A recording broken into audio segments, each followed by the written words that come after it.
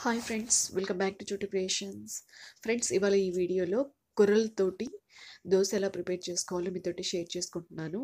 So కొర్రలు వచ్చేసి హెల్త్కి చాలా మంచిది కదండి. సో ఇలాగ డిఫరెంట్గా దోశ ప్రిపేర్ చేసుకుంటే చాలా చాలా టేస్టీగా ఉంటుంది. సో కొర్రలు తినని వాళ్ళు కూడా ఇలాగా చాలా ఈజీగా తినేసేయచ్చు అనమాట. అంత టేస్టీగా ఉంటాయి ఈ దోశలు. సో ఈ కొర్రలతోటి దోశలు ఎలా ప్రిపేర్ చేసుకోవాలో, దానికి కావాల్సిన ఇంగ్రీడియంట్స్ ఏంటో ఇప్పుడు ఈ వీడియోలో చూసేసేయండి. ముందుగా ఈ కొర్రలతోటి దోశలని ప్రిపేర్ చేసుకోవడానికి నేను 2 కప్పుల కొర్రలు తీసుకుంటున్నాను. సో ఇవి మనకి అన్ని షాపుల్లో కూడా ఇప్పుడు అవైలబుల్గా ఉన్నాయన్నమాట. సో వీటిని వచ్చేసి ఒక 2 కప్పులు తీసుకోవాలి. అలాగే 3/4 కప్పు మినపప్పును తీసుకోవాలి. సో చూడండి, ఇవి కొంచెం టైం ఎక్కువ పడుతుందన్నమాట సోక్ అవ్వడానికి. కొంచెం ముందుగానే వీటిని సోక్ చేసుకోవాలి. సో అంటే నానబెట్టుకోవాలన్నమాట. ఇప్పుడు నేను 3/4 కప్పు మినపప్పును తీసుకుంటున్నాను. అలాగే ఇందులోకి ఒక 2 టేబుల్ స్పూన్ల శనగపప్పును కూడా తీసుకోవాలి. అలాగే 1/4 టీ స్పూన్ మెంతుల్ని కూడా తీసుకోవాలన్నమాట. వీటిని అన్ని కూడా వేసుకున్నాక వీటిని బాగా శుభ్రంగా కడుక్కునేసేసి వాటర్ వేసేసుకొని 6 నుంచి 8 గంటల పాటు వీటిని నానబెట్టుకోవాలి. సో అప్పుడే బాగా నానుతాయి అన్నమాట.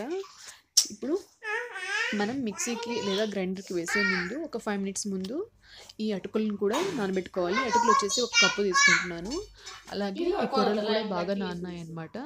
సో 8 గంటల తర్వాత వీటిలో ఉన్నటువంటి వాటర్ని అంతటినీ కూడా వంపేసి ఇలాగా మిక్సీ జార్లో కొన్ని కొన్ని వేసుకుంటూ, అలాగే నానబెట్టుకున్నటువంటి అటుకులను కూడా వేసుకుంటూ వీటిని మెత్తటి పిండిలాగా గ్రైండ్ చేసుకోవాలన్నమాట. సో అవసరమైనన్ని వాటర్ని యాడ్ చేసుకోండి, కొన్ని కొన్ని వాటర్ వేసుకోండి.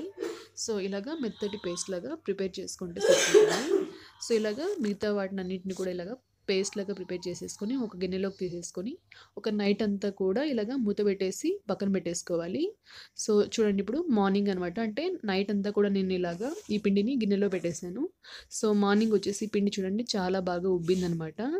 సో ఇప్పుడు ఇందులోకి రుచికి సరిపడా ఉప్పును వేసుకోవాలి.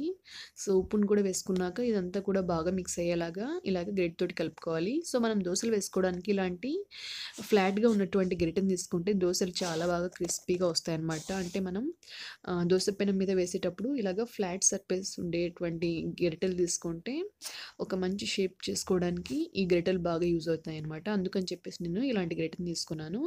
ఇప్పుడు ఈ పిండిని అంతటిని కూడా ఇలాగా బాగా కలుపుకోవాలి. ఒకవేళ ఈ పిండి టైట్గా ఉన్నట్టయితే కొన్ని వాటర్ యాడ్ చేసుకొని, సో ఇలాగ పోరింగ్ కన్సిస్టెన్సీ వచ్చేంత వరకు మనం దీన్ని కలుపుకోవాలన్నమాట. ఈ దోశల్ని వేసుకోవడానికి నేను ఇనుప పెనాన్ని వాడుకుంటున్నాను.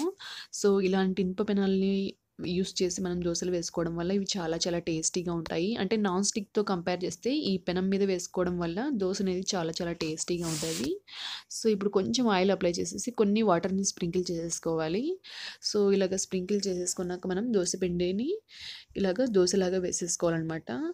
సో ఇలాగ మనం 2 సైడ్స్ కూడా దోశని రోస్ట్ చేసేసుకొని తీసేసుకుంటే మనకి దోశ రెడీ అయిపోతుందనమాట. సో ఇలాంటి పెనాలు లేకపోతే నార్మల్గా మీరు రెగ్యులర్గా యూస్ చేసే పెనాల్లో కూడా యూస్ చేసుకోవచ్చు. దోశ వేసుకోవడానికి చాలా బాగా వస్తుందన్నమాట. నార్మల్గా ప్రిపేర్ చేసేటువంటి దోశ కంటే కూడా ఈ కొర్రలతో చేసే దోశ చాలా చాలా బాగా వస్తుందన్నమాట. చాలా చాలా టేస్టీగా ఉంటుంది. కొంచెం చేదు వస్తుందన్నమాట కొర్రలు వచ్చేసి. సో హెల్త్ కూడా చాలా చాలా మంచిది. రెగ్యులర్గా మనం ఈ కొర్రలతో రైస్ లాగా లేదంటే ఉప్మా లాగా చేసుకునే కంటే కూడా ఇలాగా దోశలాగా చేసుకుంటే డిఫరెంట్గా అనిపిస్తుంది అనమాట. సో షుగర్తో సఫర్ అయ్యే వాళ్ళకి చాలా చాలా హెల్త్కి చాలా మంచిదన్నమాట. సో టేస్ట్ కూడా చాలా బాగుంటుంది. మనం పల్లి చట్నీతో కానీ లేదంటే కొబ్బరి చట్నీతో కానీ సర్వ్ చేసుకొని తింటే చాలా చాలా టేస్టీగా ఉంటుంది. ఈ కొర్రలతో ప్రిపేర్ చేసి పెట్టినటువంటి ఏ రెసిపీస్ అయినా కూడా మనం తిన్నాక వాటర్ ఎక్కువగా తీసుకోవాలి, లేదంటే ఒళ్ళు వేడవుతుందనమాట. సో మనం ఇవి తిన్నట్టయితే కొంచెం వాటర్ ఎక్కువగా తాగితే సరిపోతుంది. సో చూడండి, చాలా బాగా వచ్చేసాయి దోశలు అయితే. సో అంతే ఫ్రెండ్స్, చాలా సింపుల్గా చాలా ఈజీగా ఈ కొర్రలతోటి మనం దోశల్ని ప్రిపేర్ చేసుకోవచ్చు. చాలా చాలా హెల్దీ అనమాట. అలాగే చాలా చాలా టేస్టీగా ఉంటాయి. సో ఫ్రెండ్స్, ఈ రెసిపీ మీ అందరికీ నచ్చింది అనుకుంటున్నాను. ఈ రెసిపీ మీకు నచ్చినట్టయితే మీరు ట్రై చేయండి. ఎలా వచ్చిందో నాకు కామెంట్ సెక్షన్లో చెప్పండి.